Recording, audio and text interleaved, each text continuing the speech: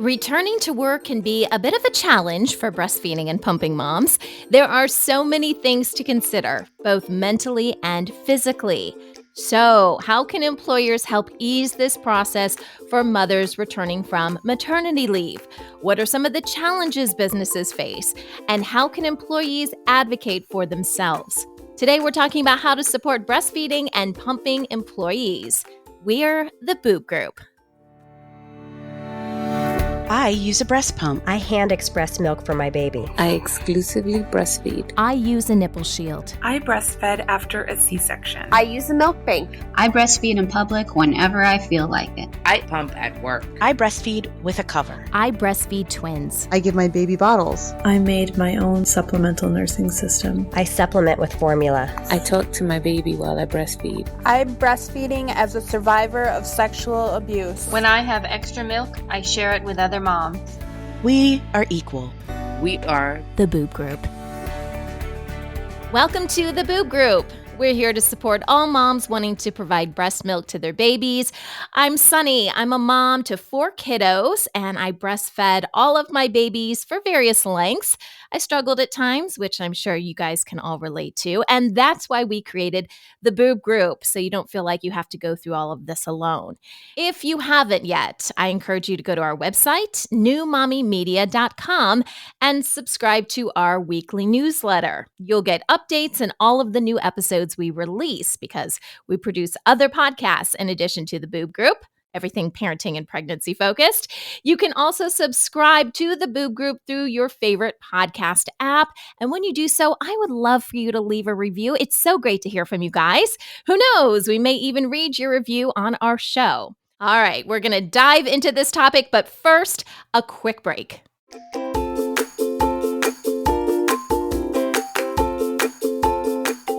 Today, we're talking about how to support breastfeeding and pumping employees and also what role employees have in all of this. Our expert is Sasha Mayer. She is the CEO and co-founder of Mamava, which are portable lactation spaces. You guys have probably seen them at airports, conference centers, and other public areas. Sasha, welcome to the Boob Group. Thank you, Sunny. All right. So I think this is a very timely topic, right? Because of something called the Pump Act, which would amend and expand the accommodations for breastfeeding and pumping moms. So Sasha, tell us a little bit more about the Pump Act and your involvement. Yeah, no, we're very excited to hear that this legislation actually passed the House in October. Okay. And it expands basically the break time for Nursing Mothers Act. So that's been legislation that was part of the Affordable Care Act. It was passed in 2010. And what this really does is cover all of those breastfeeding parents who maybe weren't covered in the original legislation. So the original legislation had protections for hourly wage employees, which is great and important. But there are many, many people out there, people who are teachers or nurses or who work in the agricultural sector who were exempt. And so now the Pump Act would cover all of those folks, provide them with the same protections, the break time for using a breast pump, or in some cases, people are able to use that time for breastfeeding, as well as extend the time. So the original legislation allowed for breastfeeding parent 1 year after the birth of that child. And this new legislation actually covers it for 2 years. So it extends some of these accommodations. Now, for the people that were already covered previously, does it extend it for those people as well? Like everyone as a group? Yes, it does. Yeah. So exactly. It's sort of an evolution of the original legislation. Got it. Okay. So it's kind of sitting there with the Senate. What are the next steps? Do they debate it? Do they discuss it? What happens from here? Yeah. So it should be coming up for a vote. I would hope that it would be a pretty nonpartisan approval, as it was in the House. Like, who doesn't love, taking good care of babies and mamas? In terms of the actual timing on that, hopefully it would be coming in this legislative cycle, but that's never for sure. Sure. And then, when it passes, I'm gonna put my vote on that. It will. It'll go to the president to sign. Okay. So realistically, when could moms start to see some benefits from this? I know that's kind of a loaded question because there's so many variables, but what can we Yeah. hope for, Sasha? Well, I think there's just great cultural momentum. So any sort of grand gesture like this helps right away. Hmm. But in actuality, employers would have 120 days after the passage of the law to actually come into compliance. Does it depend on how big the business is? Like, what are the stipulations there? Yeah, it is. Right now, the law is written so if you have fewer than 50 employees, an employer can request an exemption if they can demonstrate that compliance would impose an undue hardship. And the truth is, this legislation is not that hard to be compliant to. It's Okay. not that you have to build a separate space, or it's really that you have to create a space that is comfortable, that has a locked door for Hmm. the time that the parent needs it. But the burden of proof for making it a hardship is really going to have to be on that employer, and we expect that that's going to be more trouble than it's worth. And that, in fact, what we have found at Mamava is that most employers actually want to support breastfeeding. They know it's great for the health of the parent as well as their child. So in general, we think it's all positive, and we shouldn't have any issue with this passing. Well, I love that you are involved in this. I love that things are being done to accommodate moms. I think breastfeeding, pumping is so important. When I hear about legislation like this, I'm like, "Oh, thank goodness we're doing this." And then there's another side of me that's like, why isn't this common nature? Why do we have to have laws that tell us it's okay to feed our babies? Yeah, I kind of struggle with this sometimes. How do you think we're doing as a society and just making breastfeeding, which our bodies were created to do for our children, more commonplace? Like, it seems kind of silly to say that, but I feel like, we still kind of have this struggle. How are we doing as a society, do you think? Yeah, I think we're doing better, Okay. and a major issue here is that we don't have any standardized paid parental leave, and we know that many parents go right back to work after having a baby, and we know how difficult that is to even try, let alone to sustain, pumping and breastfeeding under those circumstances. But in the time that we've been working on Mamava, the initiation rates of breastfeeding have increased significantly from about 73% of parents at least trying Mhm. to start to breastfeed to, I believe the last numbers I saw were about 83. So that's a meaningful data point. And I think the fact that there's legislation, there's conversation Right, about breastfeeding, right. you have celebrities like the Kardashians and Beyonce. I mean, I think that's sort of pop culture actually influences the rates of breastfeeding in a really good way as well. So we are making progress. And I think just even evidence of our little business that there is just more infrastructure out there for breastfeeding in the form of lactation rooms or the pods that we've placed around the country. Yeah. So I do think there's reason for hope. And I do think that, as you said, it's frustrating that sometimes it takes a legal Right. mandate to make change, but it's important, and it actually does influence change for sure. I'm also wondering, and I don't know if you've seen any studies done on this, but since more and more people have been working from home, I wonder how that's playing into moms.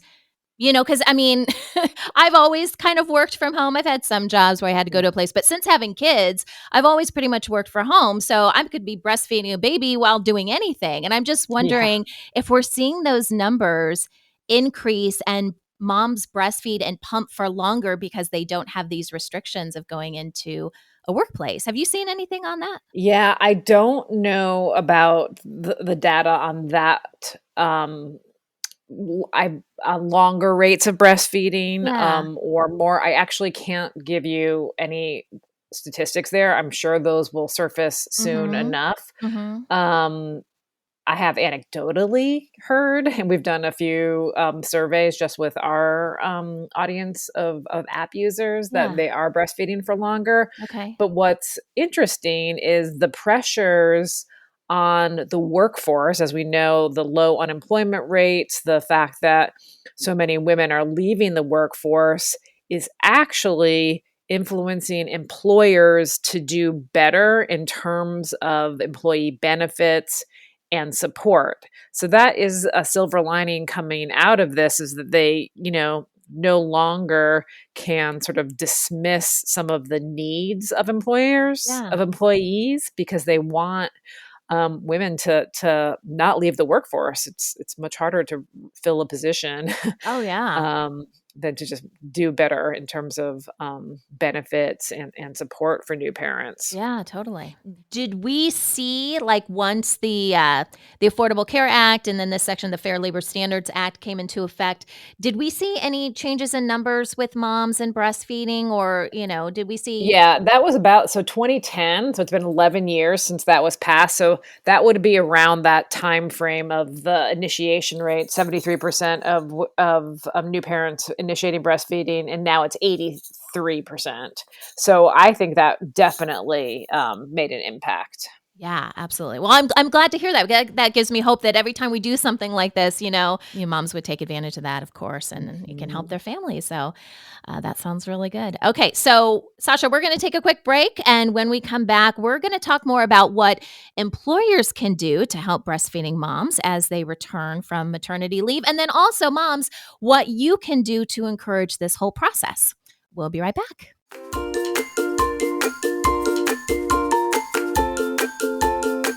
Welcome back. We have been discussing breastfeeding and pumping in the workplace, and then the various laws and proposals to help moms who are returning from work. Sasha Mayer from Mamava is our expert today, and she's been involved in some new legislation being discussed in the Senate. Hopefully that will pass and help a lot of mamas out there.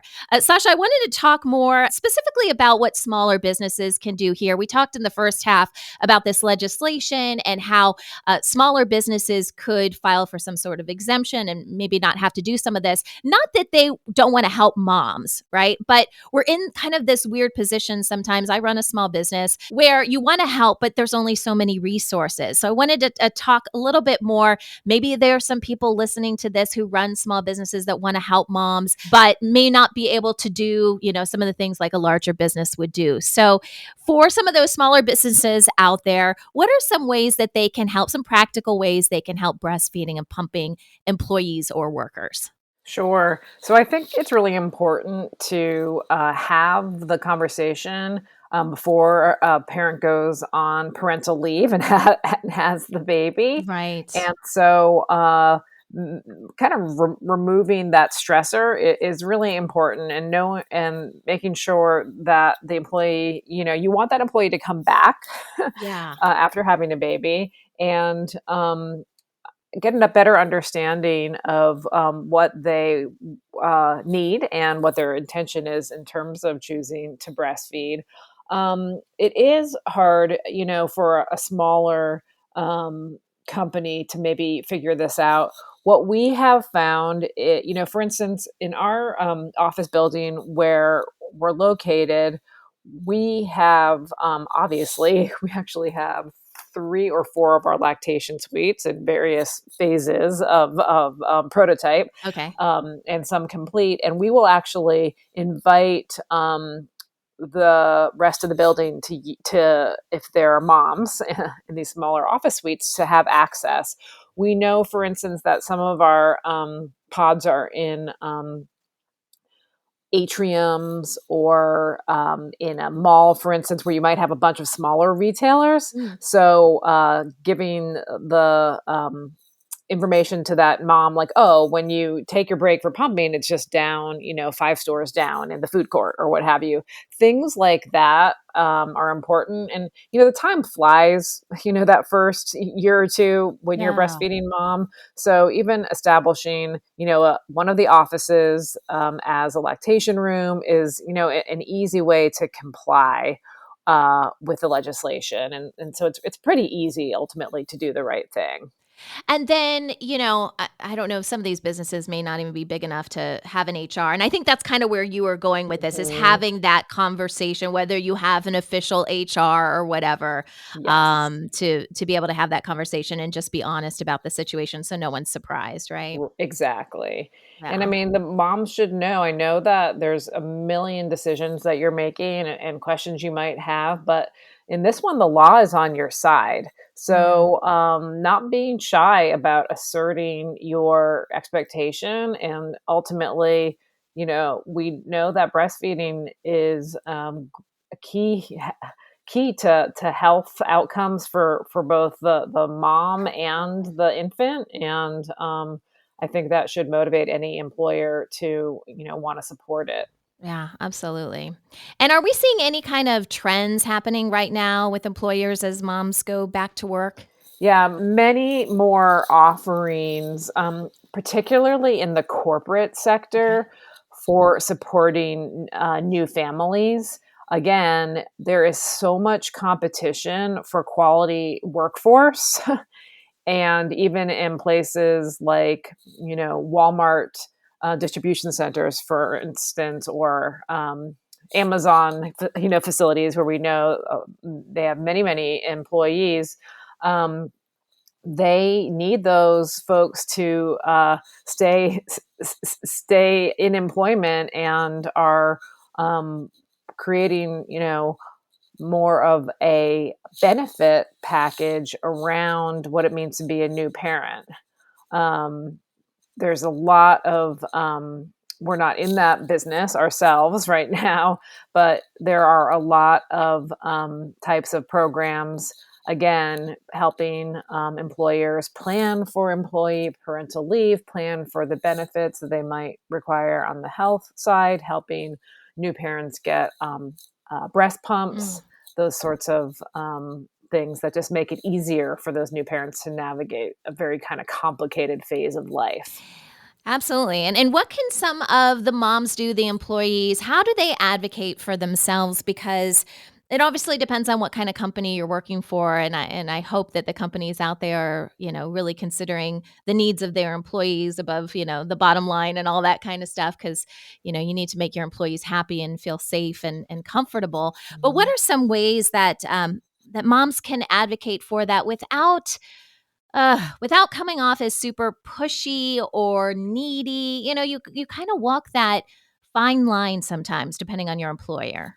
Yeah, and not and also not wanting to apologize for it. Right. Yeah. Again, it's about the employers being more front-footed about it. One of the things that I think is just um, universal is when you are starting your adventure as a new breastfeeding parent, then it's um, feels very lonely and can be kind of isolating. And I know that when I was breastfeeding, I always felt, oh, during that time, even though I had a supportive employer where I was using my breast pump, I was missing a meeting, Yeah. right? Or I was, inconveniencing somebody who was waiting for me outside of a client session when I was traveling. Yeah. And I think it's about just building that muscle of saying out loud, this is what you're doing. And I know that can feel sometimes, embarrassing for a new parent, but after a while, it helps to break down the conversation, and you'll feel more comfortable, and your employer or your colleagues will feel more comfortable. Yeah. And I think the normalization part is just important. We have seen amazing advocates that are, fathers or grandfathers or partners who have been through this with their partners or wives, and they're with their children, and have these new grandchildren who they're excited are, getting breastfed Yeah. because they know it's like the best thing to Yeah. do. So amazingly, sometimes it's actually the least expected who would have the most comfort with the conversation. Hmm. um, One of the things we have done at Mamava, and we also talk about it for the employers that we've worked with, is establish kind of a bosom buddies system. So someone else in the business who has recently been a breastfeeding parent, then you actually couple that with the new parent, and they kind of show them the ropes, make sure they have what they need, help them as they come back to work. We have decorated our pods for the many new parents who have had babies since mama. We have an average of, we're not a very big company. We have about 3 or 4 babies born a year. It's like it's in the water over Right. here. But so that really helps too, because you can feel isolated, and to have someone who is almost, as I said, it's kind of your bosom buddy, your wing woman in this journey is such a relief, and Yeah. and it makes a huge difference. Like, we have some colleagues who have babies, and they're always like, "What's the big deal?" Like, they didn't, have that same stress about coming back to work Yeah. because they, were in such a supportive environment. I love that, and I am seeing more and more of that. I have friends, that their companies are providing paternity leave, which is like 6 weeks, and it's, Mhm. the same thing for moms or dads, because I think we lose sight of that sometimes too, is that, whether it's another mom that's helping you or your partner that's helping you, like, we all need that support. I am seeing more of that, and I'm really happy when I see it. Usually, it's like the younger companies that have younger employees that they have a different mindset towards us. And I'm glad to Yes. see that it's changing. I do feel like it's changing. That's what I'm saying, at least. Yeah, no, I think it is changing. I mean, just in the time that we've been doing this business, we have seen it changing. It's Yeah. great. And we see it in the form of, in the old days, we literally had to do so much educating, Yeah. and directing towards legislation to make sure people were in compliance. And now they come to us, and they know what's up, and they know that it's a kind of an easy solve, that they're creating a more, positive work Yeah. environment by having lactation spaces. I love that. So I want to talk a little bit about Mamava before we say goodbye, because I love your pods. Whenever I'm traveling and I see one of your pods, I smile. Mm. So for, again, the employers out there that might be listening, how does an employer know if a pod is a good fit for them? What are some of the options that you see, and how can they get involved and help? Yeah, sure. So it's a still pretty hands-on process, and we have an extremely knowledgeable sales force. Actually, we have folks that sell specifically in the channels that they know about. So we have a account executive who works in healthcare, and she's actually a certified lactation consultant. Awesome. And she has been, placing our units in healthcare and hospitals for, I don't know how many years now, 4 years now. Okay. And similarly for government, we have someone who's an expert in that channel. And then for airports and so on. So it's definitely, our whole vision is that this problem is solved, and it doesn't have to be with our Mama Val pods. Right. For instance, our free mobile app has not only our public pods, but it has about 4,000 other lactation spaces that are just rooms that we want moms to find. So that's really important to us. So in the conversations we have with an employer or a facility, we really talk them through it and want to make sure that it's the right fit for them.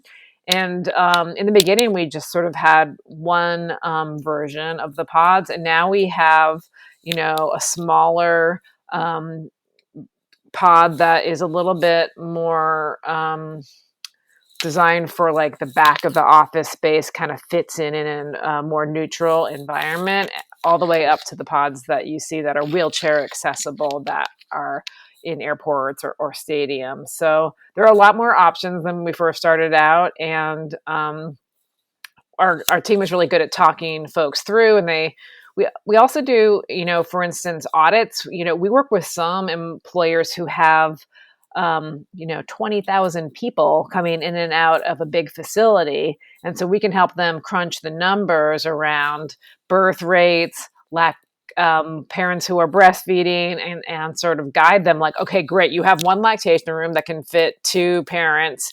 Yeah. In fact, statistically speaking, you need 3 more spaces at this facility to even be somewhat close to getting all of your employees covered.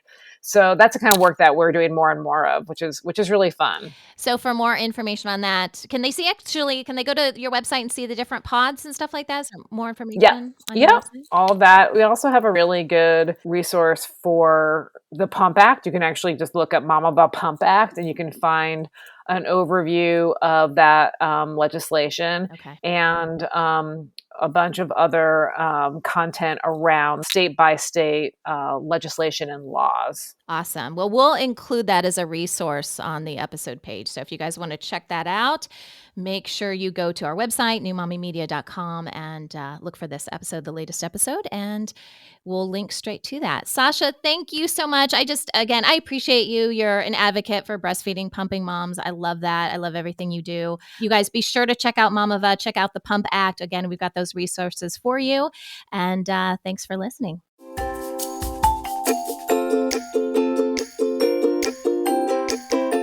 That wraps up our show for today. Thank you so much for listening to the Boob Group. Don't forget to check out our sister shows, Preggy Pals for expecting parents, Newbies for newly postpartum moms, Parent Savers for moms and dads with toddlers, and for all of you twin parents, we've got Twin Talks.